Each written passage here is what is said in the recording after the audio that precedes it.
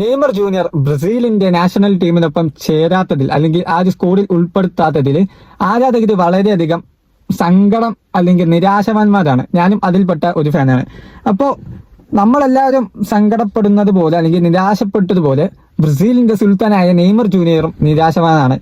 അതായത് ആ ഒരു സ്കോഡ് 2 ദിവസം മുമ്പാണ് ആ ഒരു സ്കോഡ് വന്നത്. അപ്പൊ അതിനെപ്പറ്റിയാണ് നെയ്മർ ജൂനിയർ ഈ ഒരു കാര്യം വെളിപ്പെടുത്തുന്നത്. അത് കാർലോ അൻസെലോട്ടി പറഞ്ഞത് നമ്മൾ വീഡിയോ ഒക്കെ ചെയ്തിരുന്നു. നെയ്മറിന്റെ ഫിറ്റ്നസ് കാര്യങ്ങൾ ബന്ധപ്പെട്ടാണ് പുള്ളിക്കാരൻ പറഞ്ഞത്. ഫിറ്റ്നസ് ഓക്കെ ആണെങ്കിൽ നെയ്മർ വരുന്ന വേൾഡ് കപ്പിൽ കളിക്കും എന്നുള്ളൊരു സ്റ്റേറ്റ്മെന്റ് ആയിരുന്നു. ഇതിനെപ്പറ്റി നെയ്മർ ജൂനിയർ പ്രതികരിക്കുന്നത് ഇത്തരത്തിലാണ്. Okay, I am going to talk about it because I can't just let it said. Of course, I am upset and sad about being not called up. ഞാൻ ഇതിനെപ്പറ്റി സംസാരിക്കാൻ പോവുകയാണ്. കാരണം എനിക്കിത് ജസ്റ്റ് ഒരു സൈഡ് ആക്കി വെക്കാൻ പറ്റില്ല. ശരിയാണ്, ഞാൻ വളരെയധികം നിരാശമാനാണ് അല്ലെങ്കിൽ അപ്സെറ്റ് ആണ്. അതുപോലെ തന്നെ നിരാശമാനമാണ്.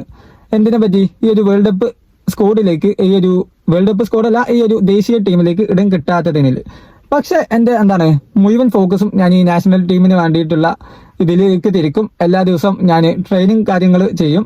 Game after game we are going to achieving our goals. നമ്മുടെ ലക്ഷ്യം നമ്മൾ നിറവേറ്റുക തന്നെ ചെയ്യും. ഓക്കെ, അതുപോലെ തന്നെ പുള്ളിക്കാരൻ പറയുന്ന ഒരു സംഭവം എന്താണെന്ന് വെച്ചാൽ, പുള്ളിക്കാരന്റെ ഭാഗത്ത് നിന്ന് പുള്ളിക്കാരൻ ഒരു രീതിയിലും വേൾഡ് കപ്പ് ആ ഒരു നാഷണൽ ടീമിലേക്ക് ഇടം കിട്ടാത്തതിൽ പ്രതിഷേധിക്കുകയോ കാര്യങ്ങളൊന്നും ചെയ്യണില്ല. പുള്ളിക്കാരൻ മാക്സിമം പുള്ളിക്കാരന്റെ ഭാഗത്തു നിന്നുള്ള കാര്യങ്ങൾ ഓക്കെ ആക്കാണ്. ഓക്കെ, ഫിറ്റ്നസ് ആണ് നെയ്മറിന്റെ പ്രശ്നം. അത് നമുക്കറിയാം. ഫിറ്റ്നസ് ആണ് പ്രശ്നം. ഫിറ്റ്നസ് ഉണ്ടെങ്കിൽ നെയ്മറിനെ കൊണ്ട് കൂട്ടിയാൽ കൂടാത്ത ഒന്നും ഇവിടെ അല്ല. ഓക്കെ, അപ്പോൾ ഫിറ്റ്നസ് കാര്യങ്ങൾ വീണ്ടെടുക്കാൻ വേണ്ടി ഞാൻ എന്റെ ഭാഗത്തു നിന്നുള്ള ട്രെയിനിങ്ങും കാര്യങ്ങളൊക്കെ ചെയ്യും. ശരിയാണ്, ഈ ഒരു സംഭവം വന്നപ്പോൾ ഞാനും വളരെ നിരാശവാനാണ്.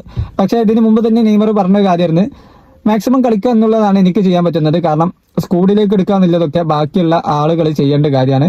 പക്ഷെ നെയ്മർ എന്താണെന്നും നെയ്മർ ബ്രസീലിന് വേണ്ടി എന്തൊക്കെ ചെയ്തത് എന്നും ഓരോ ഫുട്ബോൾ ആരാധകനും അറിയാം.